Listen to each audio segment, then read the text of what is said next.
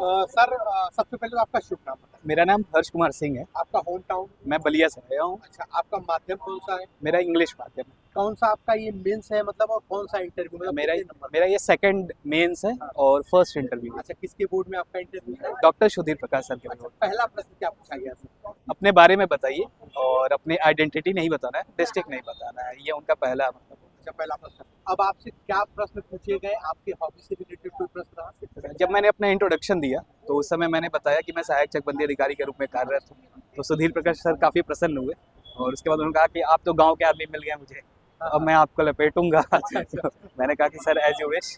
उन्होंने फिर मुझे डिपार्टमेंट के बारे में पूछा। उन्होंने पूछा कि चकबंदी विभाग का काम क्या क्या होता है, ज़मीन की किस्में पूछी, ग्राम सभा क्या होती है, ग्राम सभा को कैसे प्रोटेक्ट किया जाता है, राजस्व में और चकबंदी में क्या अंतर होता है, राजस्व के लेखपाल को और चकबंदी के लेखपाल को आप कैसे ऑपरेट करते हैं, राजस्व के अगर लेखपाल आपके अंडर में नहीं आते हैं तो क्या आप उन्हें डायरेक्ट कर सकते हैं या नहीं कर सकते। इसके अलावा जो क्वेश्चंस थे वो इंटरनेशनल रिलेशंस थे। ऑपरेशन सिंदूर के समय मुझसे पूछा गया कि ऑपरेशन सिंदूर के समय ऐसा बताइए कौन सा ऐसा देश था जो खुल के भारत के साथ खड़ा था। और इसके अतिरिक्त जो पीएम श्री अन्न योजना है मिलेट्स की, उसके बारे में पूछा गया। मैंने बीटेक किया है इलेक्ट्रिकल इंजीनियरिंग से, तो मुझे सेमीकंडक्टर के बारे में भी पूछा गया। उन्होंने पूछा कि आजकल की सेमीकंडक्टर मिशन जो चल रही है इसमें क्या योगदान हो सकता है।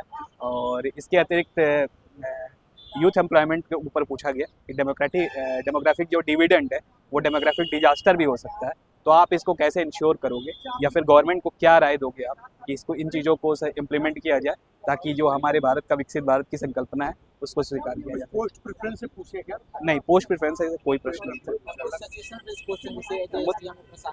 मुझे अपने डिपार्टमेंट से रिलेटेड ही सिचुएशनल क्वेश्चंस पूछे गए। जैसे कि पूछा गया कि आप अगर आपके डिपार्टमेंट में अगर भ्रष्टाचार हो रहा है तो आप कैसे अपने लेखपाल कानूनों को कंट्रोल करते हो। फिर एक प्रश्न मुझसे पूछा गया कि आजकल के अपने जीवन में अनुशासन का बड़ा महत्व है, और आपके जीवन में आपने अपना कोई अनुभव बताइए जिसमें आपने अनुशासन का प्रयोग किया हो। तो मैंने अपना उदाहरण ही बताया और मैंने यही बताया कि सर मैं जॉब के साथ अगर यहाँ इंटरव्यू में बैठा हूँ तो ये सर एक उदाहरण है कि मैं अनुशासित व्यक्ति हूँ जो जॉब को भी मैनेज कर रहा है और पढ़ाई को भी मैनेज कर रहा है। तो ये चीज़ें मैंने उनको बताई है और मुझे लगता है कि मेरा इंटरव्यू अच्छा गया है। Rest is in the God hands. बहुत बहुत धन्यवाद और बहुत ही कीमती समय आपने दिया है, और आपको शुभकामनाएं, आपका थैंक यू। सिलेक्शन किसी अच्छे पद पे जरूर हो।